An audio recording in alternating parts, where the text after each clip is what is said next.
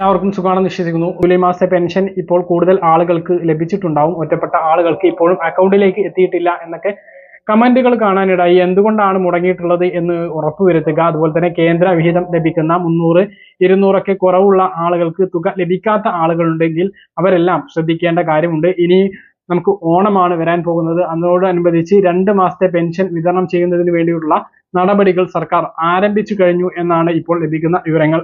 അങ്ങനെയെങ്കിൽ അടുത്ത പെൻഷൻ വിതരണം 3200 ആകും.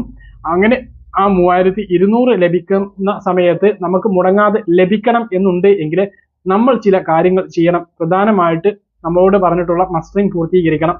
ഈ ഓഗസ്റ്റ് 24-ാം തീയതി വരെയാണ് മസ്റ്ററിംഗ് ചെയ്യാനുള്ള സമയം. അതിനുള്ളിൽ ഈ കാര്യങ്ങൾ പൂർത്തീകരിക്കുക. അക്ഷയ കേന്ദ്രങ്ങളിലെത്തി മസ്റ്ററിംഗ് പൂർത്തീകരിക്കുന്നതിന് 30 രൂപയാണ് ഫീസായിട്ട് നൽകേണ്ടത്. അക്ഷയ കേന്ദ്രങ്ങളിൽ പോകാൻ കഴിയാത്ത ആളുകൾക്ക് വീടുകളിലെത്തി മസ്റ്ററിംഗ് പൂർത്തീകരിക്കുന്നതിന് അക്ഷയ ജീവനക്കാരെയോ അല്ലെങ്കിൽ തദ്ദേശ സ്ഥാപനങ്ങളിലോ വിവരം അറിയിച്ചാൽ അതിനുള്ള സൗകര്യം ഒരുക്കി നൽകുന്നതാണ്. ഇനി കേന്ദ്ര വിഹിതം ലഭിക്കുന്ന ആളുകൾ ബാങ്ക് അക്കൗണ്ടിലേക്ക് ആ തുക ലഭിക്കുന്നില്ല എങ്കിൽ നിങ്ങളുടെ ആധാർ വിവരങ്ങളും സേവന വെബ്സൈറ്റിലുള്ള വിവരങ്ങളിലും പൊരുത്തക്കേടുണ്ടാകും. നാഷണൽ ഫിനാൻസ് മാനേജ്മെന്റ് സിസ്റ്റം വഴി പെൻഷൻ ലഭിക്കുന്നത് ആധാർ അധിഷ്ഠിതമായിട്ടാണ്. അതുകൊണ്ട് തന്നെ ആധാർ വിവരങ്ങളും പെൻഷൻ രേഖയിലെ വിവരങ്ങളും കൃത്യമായിരിക്കണം.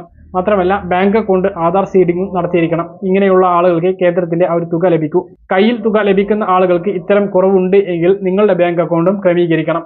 ആ ഒരു തുക ബാങ്ക് അക്കൗണ്ടിലേക്ക് മാത്രമേ ലഭിക്കുകയുള്ളൂ എന്നുള്ളതും പ്രധാനമായിട്ട് ഓർമ്മിപ്പിക്കുകയാണ്. മറ്റൊരു പ്രധാനപ്പെട്ട കാര്യം, നമ്മുടെ പെൻഷൻ ഈ മസ്റ്ററിംഗ് ചെയ്തിട്ടില്ല എങ്കിൽ പട്ടികയിൽ നിന്ന് പുറത്താക്കും എന്നുള്ളത് നമ്മൾ കൃത്യമായിട്ട് പറഞ്ഞു. കഴിഞ്ഞ വർഷം വേറൊരു കാര്യം കൂടി ഉണ്ടായിരുന്നു. മസ്റ്ററിംഗിന് ശേഷം നമ്മോട് വരുമാന സർട്ടിഫിക്കറ്റ് ആവശ്യപ്പെട്ടിരുന്നു. ഈ വർഷവും അത് ആവശ്യപ്പെടും എന്നാണ് കേൾക്കുന്നത്. പരമാവധി അനർഹരെ ഒഴിവാക്കുന്നതിന് വേണ്ടിയിട്ടുള്ള സർക്കാരിന്റെ മുൻകരുതൽ എന്നുള്ള നിലക്കാണ് ഇത്തരം സർട്ടിഫിക്കറ്റ് ആവശ്യപ്പെടുന്നത്. അതുകൂടാതെ അനർഹരാണോ അല്ലയോ എന്ന് നോക്കുന്നതിന് വേണ്ടിയിട്ട് കർശനമായിട്ടുള്ള പരിശോധന തദ്ദേശ സ്ഥാപനങ്ങൾ കേന്ദ്രീകരിച്ചുണ്ടാകും. തദ്ദേശ സ്ഥാപനങ്ങളിൽ പരാതി അറിയിക്കുന്ന ആളുകളെ കേന്ദ്രീകരിച്ച് വീടുകളിലെത്തി പരിശോധന ഉണ്ടാകും. ഇങ്ങനെ ഉദ്യോഗസ്ഥർ വരുന്ന സമയത്ത് എല്ലാ പെൻഷൻ ഗുണഭോക്താക്കളുടെയും വീടുകൾ പരിശോധിക്കും.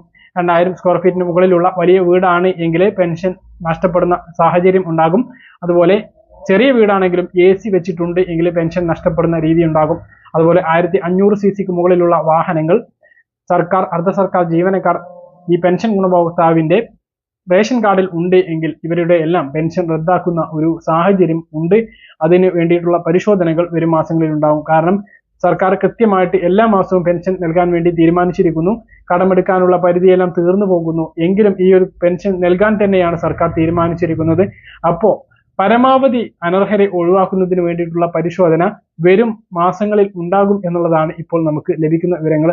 അപ്പോൾ ഈ കാര്യം എല്ലാ ആളുകളും മനസ്സിലാക്കി വെക്കുക. ആദ്യഘട്ടത്തിൽ പുതുതായിട്ട് പെൻഷന് അപേക്ഷിക്കുന്ന ആളുകളെ കൃത്യമായിട്ട് ഇഴകീറി പരിശോധിച്ചതിന് ശേഷം മാത്രമേ ഇനി പെൻഷന് അനുവദിക്കുകയുള്ളൂ എന്നുള്ളതാണ്. ഈ മാനദണ്ഡങ്ങളെല്ലാം ഉണ്ട് എങ്കിലേ ഇനി പുതുതായിട്ട് ഈ ആളുകൾക്ക് പെൻഷന് അനുവദിക്കുകയുള്ളൂ.